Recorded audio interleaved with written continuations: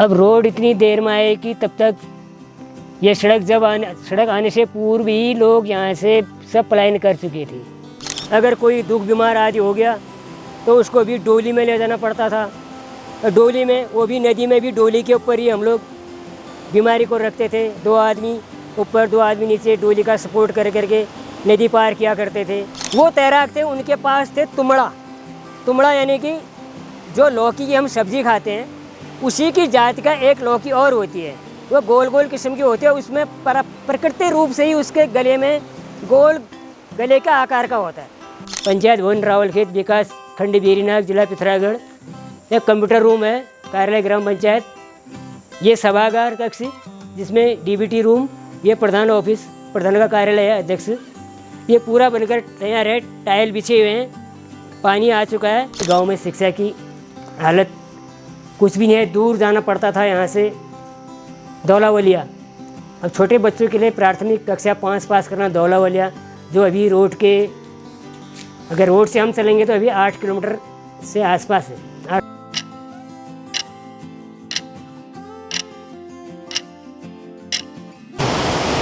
नमस्कार दोस्तों, मैं जहाँ पर खड़ा हूँ यह जगह है रावलखेत के जंगार तोक में बना झूला पुल। यह पुल पूर्वी रामगंगा के ऊपर बना हुआ है। सबसे पहले मैं आपको जानकारी देता हूँ इस नदी की कि इसका उद्गम क्षेत्र कहाँ पर है, यह नदी कहाँ से शुरुआत कहाँ से होती है। यह नदी मुनस्यारी क्षेत्र के नामिक ग्लेशियर से प्रारंभ होती है। धीरे धीरे इसमें उसके नीचे से कई नाले इसमें मिलकर के आते हैं, जो इतनी बड़ी नदी का रूप धारण कर लेती है।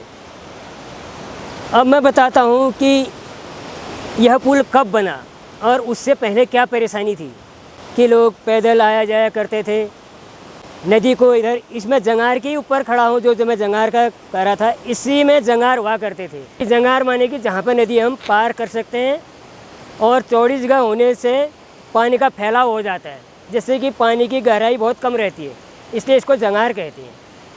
पुल बनने से पहले तो ये परेशानी थी कि नदी को तैर करके तैरना माने कि पार करके कपड़े खोल करके जंगार में तैर करके हम लोग को सुरौली या पिथौरागढ़ थलमुआनी को जाना होता था।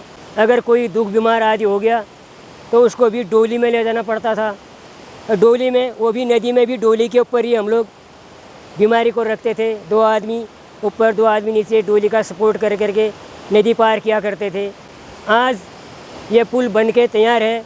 यह पुल बन गया था 2004 में, तो लगभग आखिर में तैयार हो ही गया था, लेकिन इसका प्रारंभ हुआ था अक्टूबर 2003 से। ठीक है, मैं आपको एक मुझे याद आ गया है कि ये पुल बनने से पहले की एक घटना छोटी सी बताता हूँ कि जुलाई का ही महीना था। हम लोग उसमें कक्षा 6-7 में पढ़ते होंगे, लगभग सन 1976-77 की बात है कि जुलाई के महीने में क्या था कि पिथौरागढ़ से कापी किताब लाते थे, हमारे पिताजी लोग मंगवाते थे। अब बड़े भाई साहब हमारे दीवान सिंह जी अभी नहीं हैं, वो भी गए थे किताबें लाने के लिए। जुलाई के महीने नई नई किताबें आती हैं, 17 जुलाई से ही प्रारंभ होता था उन दिनों, अभी तो मार्च से अप्रैल से शुरू हो जा रहा है।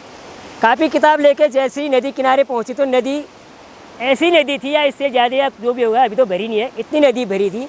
अब कापी किताबों का बोझ लगभग 10-15 छात्रों के या ज़्यादा ही पूरे गाँव की छात्रों की किताब थे। तो हमारे एक मित्र हैं, अभी वो भी स्वर्गवासी हो चुके हैं, श्री त्रिलोक सिंह जी, वो तैराक थे। उनके पास थे तुमड़ा यानी कि जो लौकी की हम सब्जी खाते हैं उसी की जात का एक लौकी और होती है। वो गोल गोल किस्म की होती है, उसमें प्रकृति रूप से ही उसके गले में गोल गले का आकार का होता है, ताकि हम उस गले में रस्सी बांध सकें। तो वो लौकी सुखा करके, वैसे पहाड़ में तितलौक गुणान्वित हैं, तितलौक यानी कि उसकी सब्ज़ी खाओगे तो आप उसको कुछ कड़वापन लगता है तो नहीं खाते हैं। तो उसको सुखा करके, उसका जो खाल थोड़ी मोटी होती है, उसको सुखाने के बाद उसके बीज एकदम बजने शुरू हो जाते हैं, खन खन करके आवाज़ निकल के, तो हल्के हो जाते हैं। तो उसमें रस्सी बांध कर 4, 5, 6 या छोटे होंगे तो 6-7, अगर बड़े होंगे तो 3 या 4 तुमड़ा बांध करके माला बनाते हैं। उनके पास, त्रिलोक सिंह जी के पास तुमड़े की माला थी, 4, 5, 3, 4 जो भी थी। उनने घर से तुमड़ा मांगे और सीधे बिना तुमड़ू के तैर कर इसी स्थान से वो तैर करके आगे ये जंगार साइड में वो आगे, और वहाँ से तुमड़ा की माला पहन करके वो फिर वार आए। वहाँ से सारे विद्यार्थियों के कापियाँ सिर पर रख करके उन्हें पार किया। आज ब्रिज बन गया है। छोटे बच्चों को जिसकी उम्र अभी भाई 20 साल का है या 22 साल का, उनको क्या पता कि हमारे बड़े लोगों ने किस ढंग से इस स्थान पर अपनी ज़िंदगी गुजारी होगी। चलो अभी मैं इतना ही कहता हूँ, आगे फिर अगले मकान है मेरे चाचा श्री प्रताप सिंह जी का। यह भी पलायन का मार झेल रहा है। पिताजी तो लोग स्वर्गवासी हो गए हैं, चाचा पिताजी लोग। अभी हमारे भाई लोग हैं, वो भी पलायन करके खटीमा में निवास कर रहे हैं, क्योंकि मूलभूत सुविधाएं तो कुछ है नहीं गाँव में। हम लोग बचपन में इसी जगह पर रहते थे, यहाँ पर आमा बुबू के साथ में रहते थे। यहीं से हमने प्राइमरी पास किया, यहीं से इंटर कॉलेज तारा इंटर कॉलेज तामानोली इसी घर से हम लोग गए थे। शाम को चाचा पिताजी हम लोग साथ में BBC लंदन सुना करते थे 8 बजे।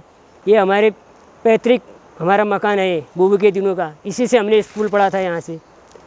हाँ देखो पलायन का मार सब झेल रहे हैं।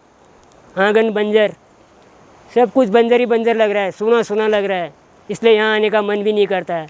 यहाँ आकर के मन उदास हो जाता है, कैसे ही लगता है बचपन की यादें आती। अभी हम लोग बैठे हैं प्रधानमंत्री ग्राम सड़क योजना के तहत बनी हुई पाताल भुवनेश्वर से रावलखेत गांव। ये हम रावलखेत के ही ऊपर बैठ रहे हैं, एकदम रावलखेत में। यहाँ से पंचायत घर लगभग 200 मीटर आगे है। उसके बाद 500 मीटर आगे प्राथमिक विद्यालय, उच्च प्राथमिक विद्यालय। वहाँ पर इस रोड समाप्त हो जाता है, एंड हो जाता है रोड का वहाँ से। अब रोड इतनी देर में आए कि तब तक ये सड़क आने से पूर्व ही लोग यहाँ से सब पलायन कर चुके थे। सड़क आई, बहुत अच्छा, सड़क आने का फ़ायदा हुआ गांव को। अगर यही सड़क पहले होती शायद इतने लोग पलायन नहीं कर पाते, क्योंकि मुख्य है विकास का मुख्य साधन है सड़क। अब सड़क जो हमारे प्रारंभ हुई थी अक्टूबर नवंबर 2014 से, और 2016 में यह रोड बिल्कुल क्लियर हो चुकी थी बन करके, और 2019-20 में इसका डामरीकरण भी पूरा हो चुका था। जो कलकत्ता पाताल भुवनेश्वर से थोड़ा आगे हमारी तरफ, वहाँ से 17 किलोमीटर इसकी लंबाई है पूरे। पहले हम लोग सब पैदल जाया करते थे यहाँ से गुप्तड़ी गंगुलियाट, और या तो फिर हमको थलमाने भी पैदल है थोड़ा 3 किलोमीटर। मुख्य फ़ायदा क्या है इसमें? नंबर 1, पहले जो बीमारी होती थी, आदमी को बीमार होते थे तो उनको डोली में हम लोग या सुरौली पहुँचाते थे नदी पार करके, या फिर हमको भुवनेश्वर ऊपर कलकत्ता गुप्तड़ी। नंबर 1। दूसरा फ़ायदा ये है कि इसमें जो गांव के आजकल बहुत लोगों का इसमें रोज़गार से भी जुड़ा हुआ है। इसमें जो भी कुछ आम होते हैं या कुछ अमरूद होते हैं, वो लोग यहाँ से ताज़े फल मार्केट में भुवनेश्वर या फिर गंगुलियाट बिक्री करके अपनी आजीविका की पूर्ति कर पाते हैं। सड़क का दूसरा फ़ायदा ये है। तीसरा, अगर सड़क में कोई भी, अगर पहले क्या था, हमारा पाताल भुवनेश्वर में हमारा राशन की दुकान थी। अभी हमारे गांव में राशन है तो सीधे हमारे सड़क से हमारे गांव में राशन आ रहा है, और गांव से अपने अपने बिना भाड़े के, बिना कोई खर्चा के, बिना खर्चा के गांव में ही राशन उपलब्ध हो जा रहा है। तो कई फ़ायदे हैं सड़क से, क्योंकि यातायात तो मुख्य साधन है, विकास का मुख्य साधन यातायात ही है। आज हमारे गांव में सड़क है, बिजली है। पहले तो न बिजली थी इधर, न सड़क थी। बिजली हमारे गांव में बिजली आई है 2009 में। तो उससे पहले क्या थे, सोलर वाले थे, सौर ऊर्जा, वो भी 2004 के बाद आए। उससे पहले क्या था, पढ़ाई लिखाई में भी जीरो। क्या था, एक तो विद्यालय थे जो पढ़ना चाहते थे वो छिलका जला करके या मिट्टी तेल के लैंप से विद्यालय जाकर पढ़ा करते थे, गृह कार्य करते थे। आज जो बच्चे पढ़ना चाहते हैं तो उनके लिए बिजली भी है, और यातायात के लिए यहाँ पर सड़क भी है। तो कई फ़ायदे हैं इसमें। अब हम आगे चलेंगे, आपको पंचायत भवन की तरफ चलते हैं, और पंचायत भवन में आपको दिखाई देगा पंचायत भवन। पंचायत भवन रावलखेत के प्रांगण में, जैसे कि मैं कह रहा था कि गांव में विकास होता है, हर गांव में विकास होता है, लेकिन कुछ इसमें चुनौतियां भी हैं विकास में, कुछ चुनौतियां हैं विकास में। पंचायत भवन रावलखेत विकास खंड बेरीनाग, जिला पिथौरागढ़। एक कंप्यूटर रूम है, कार्यालय ग्राम पंचायत। ये सभागार कक्ष जिसमें DBT रूम, ये प्रधान ऑफिस, प्रधान का कार्यालय है, अध्यक्ष। ये पूरा बनकर तैयार है, टाइल बिछे हुए हैं, पानी आ चुका है, केवल लाइट का कनेक्शन देना है, बिजली का कनेक्शन देना है। बिजली की फिटिंग हो चुकी है, पूरा टाइल बिछे हुए। अंदर बरामदे के टाइल बिछे हुए हैं, बरामदे से प्लस 2.5 फीट आगे बिछे हुए हैं टाइल, और कमरे में दूसरे टाइल बिछे हुए हैं, वो थोड़ा महंगे हैं।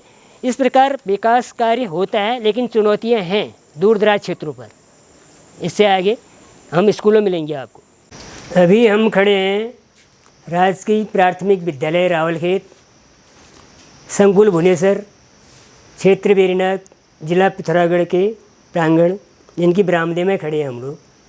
2 कमरे हैं, जैसा कि ये नया डिज़ाइन में पूर्व का जो प्राथमिक विद्यालय था वो थोड़ा देर में हम उसकी जगह दिखाएंगे। अभी अमरूद के पेड़ उगाए हैं उसमें, अभी हमने उसकी बाउंड्री भी शिफ्ट कर चुके हैं। यह नया विद्यालय बना था 1991 में, 91 में विद्यालय बना था नए डिज़ाइन में। यह सरकार की यह सोच थी, उस समय उत्तर प्रदेश सरकार थी हमारी राज्य की। यह सोच थी कि चुनावों को मद्देनजर रखते हुए कि हर प्राथमिक विद्यालय में चुनाव हो सके, इसलिए एक ही हॉल में 2 दरवाजे हैं। बाएं से अंदर प्रवेश करो और वहाँ अपना मतदान करके फिर बाएं से बाहर निकासी के लिए, इसको देखते हुए सरकार ने ऐसे डिज़ाइन में प्राथमिक विद्यालय बनवाई थी।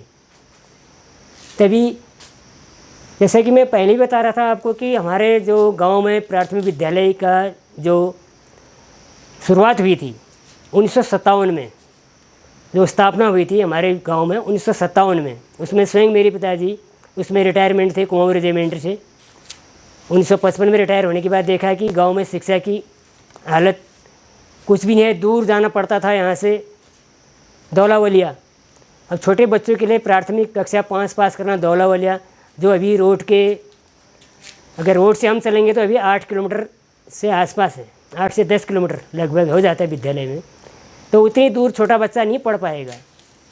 तो यही सोच के कारण मेरे पिताजी स्वर्गीय श्री केसर सिंह पुत्र बैराग सिंह जी, उनकी सोच थी कि हमारे गांव में भी एक विद्यालय हो। रिटायरमेंट के बाद वो उत्तर प्रदेश की राजधानी लखनऊ गए, वहाँ से शिक्षा मंत्री और मुख्यमंत्री से मिल करके उन्होंने अपने गांव के लिए एक विद्यालय की मांग की, प्राथमिक विद्यालय की। और 1960 में स्वयं वो प्रधान बन चुके थे, सभापति कहते थे उन दिनों। 1960 से 75 तक वो सभापति रहे। उन दिनों सभापति क्या, जैसे कि आप सबको पता है कि सभापति तो अपनी जेब से या श्रमदान के द्वारा ही गांव में विकास कार्य करते थे। कई बार रास्ते खराब हो गए, कई बार नौले ठीक करने हैं, कई धारे ठीक करने हैं, इस प्रकार के जो भी कार्य होते थे सभापति गांव की जनता को एकत्र करके अपना चाय पानी जो भी होता था वो अपनी जेब से देते थे। कोई भी सभापति तो श्रमदान के द्वारा ही लोग कार्य किया करते थे। ऐसा नहीं कि आज की तरह कि सरकार आपको रोज़गार भी करा रही है और पैसा भी दे रही है, ऐसा तो था नहीं। तो इस सोच के कारण 1957-58 में हमारे यहाँ प्राथमिक विद्यालय, यानी उन दिनों कहते थे प्राइमरी पाठशाला कहते थे, आजकल प्राथमिक विद्यालय कहते हैं, लेकिन उन दिनों प्राइमरी पाठशाला कहते थे। हमने भी प्राइमरी पाठशाला में ही पढ़ा था, जो हमारे पिताजी लोगों के ज़माने का स्कूल था।